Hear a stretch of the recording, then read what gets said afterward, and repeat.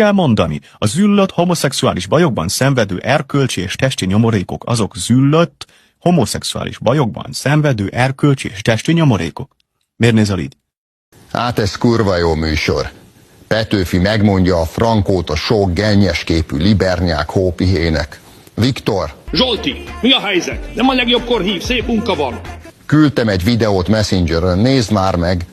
Jól bemutat a balos csürhének. Haló, Schmidt Mária telefonja. Marika, ide figyelj! Nézd már rá a Messengeredre, küldtem egy eszméletlen videót. Halló, itt Ungár Péter beszél. Petikém, látod kell ezt a videót? Most küldtem Messengeren. Csak hadd egyen meg a műzimet, anya. Na most már tényleg elkezdem írni azt a kibaszott jó könyvet, Klára. Kibaszott jó lesz. És most már semmi nem térítheti el a figyelmemet. Haló? Ki beszél? Feri, küldtem egy kibaszott jó videót Messengeren. Jó kis szatíra itt a beszűkült elme állapotról. Halló? Gergő, küldtem egy kurva jó videót.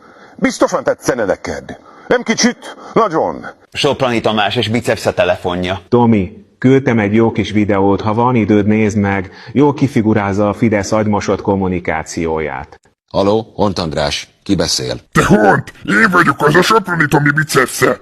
Küldtem egy videót, nézd meg! Zseniális! Mindenkinek görbetükröt mutat.